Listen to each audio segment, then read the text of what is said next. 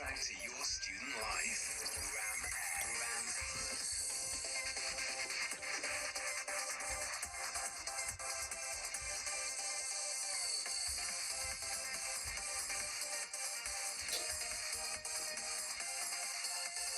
You're listening to Bradford Student Radio.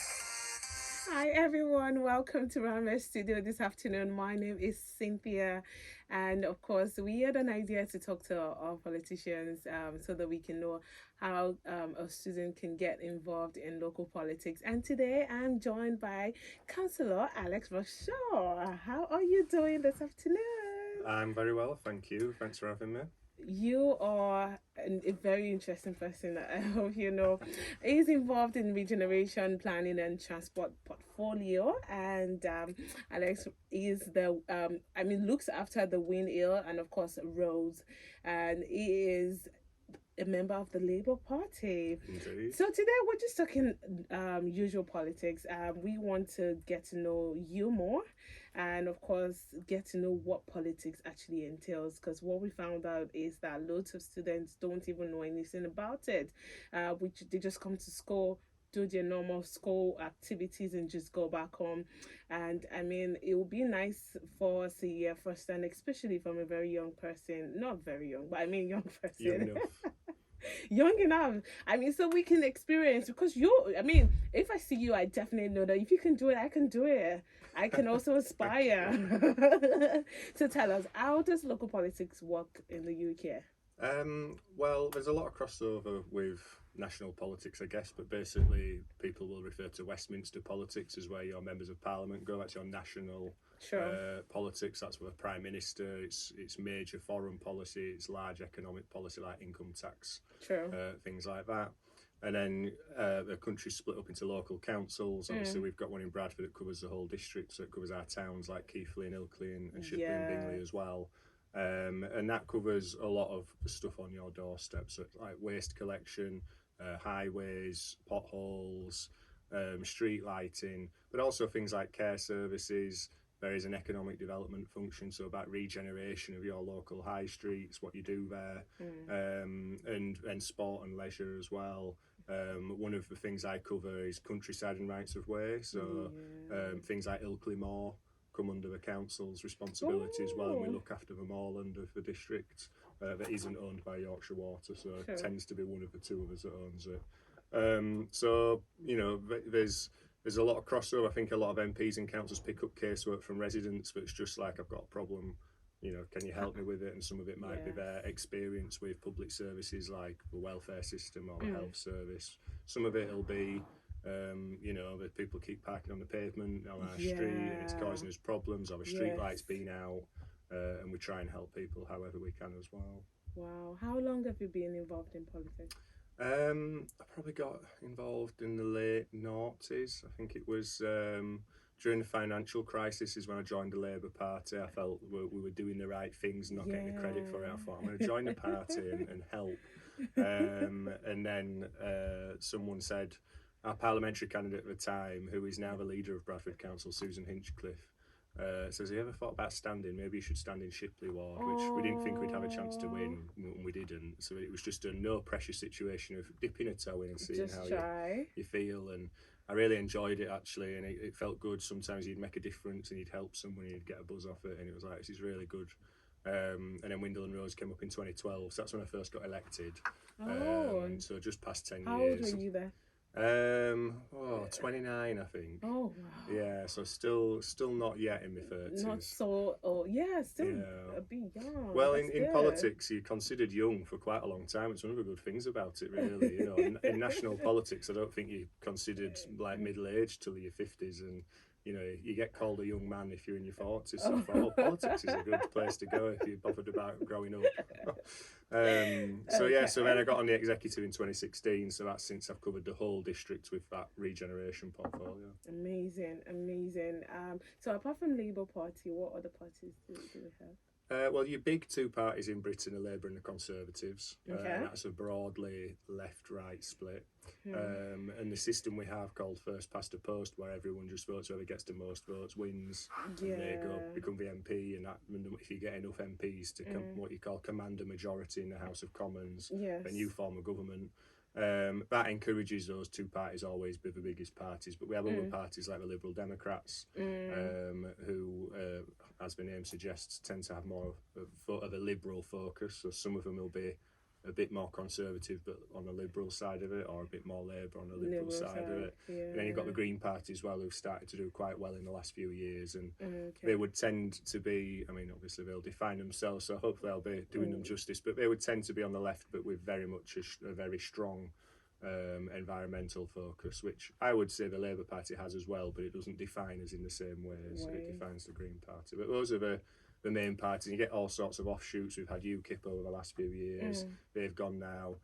Reclaim are coming, but they haven't done very well so far. So, but those are the main, what I'd call the mainstream parties in British politics. Let's go back to your early years. What inspired you to join politics? I think growing up, I'd been probably what you'd now call like more interested in single issues. So that's where someone doesn't have a wide political viewpoint and apply it to every individual thing. It's just you're particularly motivated by one cause. So I was interested in homelessness, so I'd follow campaigns that Shelter did, for instance. Interested in the environment, so I followed WWF and their work as an environmental charity. And then slowly but surely what you start noticing is that when they'd run campaigns, they'd say, write a letter to your MP and see what they say. So we're always coming back to, well, what's the government going to do? What's the MPs going to do? So then you start getting more interested in what you might call party politics and where you find yourself agreeing with a party or not, or how you align. And then slowly but surely you kind of start following it on that basis then. And like I say, when it was the financial crisis, when I joined the Labour Party after supporting them for a fair while before that. Let's talk about Regeneration and Transport Portfolio, the one you what has been the successes that you've had? Well, Bradford's going through a huge change at the moment. Yes. And there's a bit of a thing of, if you see cranes in the sky, you know a place is successful because it means people are investing, people are building, and we've got more of those going on now than we've had in a long time. Very true. I think maybe we were used to, like, Bradford would have one major project every 10 years and we'd pin all our hopes on it, and what you actually need to do is build up what you'd call a pipeline, so it's just a constant flow of projects. So just coming up to the Bradford Live, obviously the former Odeon building, that's kind of been under my portfolio, and when the NEC came on board, Bradford Live as a kind of charitable type organisation, won a competition so we could look at what to do with that building, try and secure an end user, an operator. The NEC group expressed an interest, came on board, and that really meant that it could happen. So we're about a year or so away from that opening as a 3,000 to 4,000 capacity music and entertainment venue. It has a ballroom in there, it'll have a number of bars, it can operate 7 days a week. Should bring 250, 300,000 people to the district every year. So it'll be a major thing, but also a key element of the City of Culture, of course, which, 2025. although that sits under our culture brief, we believe in what we call culture-led regeneration, i.e. the value of art and culture in stimulating economic growth as well, and creating jobs and supporting jobs as well. So having Bradford Live there as a major venue will be a huge element of the City of Culture as well. So we've got that. We've got Darley Street Market's being built now with a new public square, so we're really excited about that. One City Park just opposite Bradford Live's being built, so the glass panelling's going on that now, so people are realising it's not a multi-storey car park, it's going to be an office. I thought it was a car park.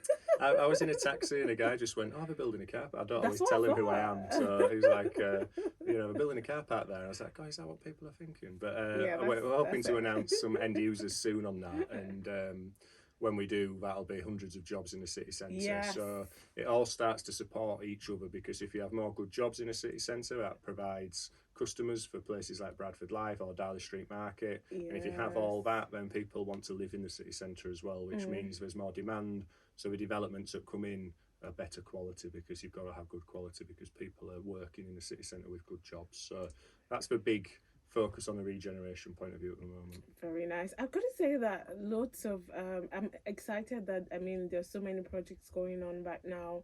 I mean, like you said, the pipeline is there, so there it's not like we're waiting for one project to be over before we start another.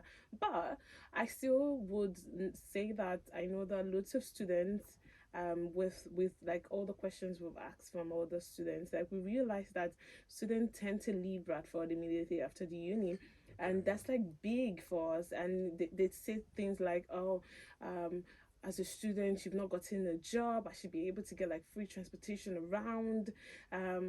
There's really no even job in Bradford and all. Like, what do you have to say about that? It's really interesting, and it's one of those things where when you think about the university and what it does, and it's a bit, can happen in businesses as well, where you skill someone up, but then they might move on to use those skills in another job, and that Sure. might mean they move on, and that's not always a bad thing, because they'll, if they've been here and hopefully they've loved Bradford or had fond memories here, they almost become ambassadors. So sometimes we, as a council, you speak to people in government, you speak to businesses, and all sorts of people come from, oh, well, I used to go to university, but I always loved it in Bradford, and suddenly you've got a connection there. So that's not always a bad thing, but you definitely want to feel like people can fulfil their aspirations here in Bradford as well. So if they're kind of going, well, I've now got a good degree, I'm ready to go to a good job, and I can't find it in Bradford, that's a challenge for us as well. So that's why mentioning something like One City Park, for instance, if we can get some high quality businesses in there, that can create those jobs then. And we've had meetings with organisations like PwC, who are based in Bradford, and they found when they opened their branch here that they had so many applications. It says it was the highest quality of applications they'd had from any branch opening in the UK, because there was this latent demand from young people in Bradford for good jobs.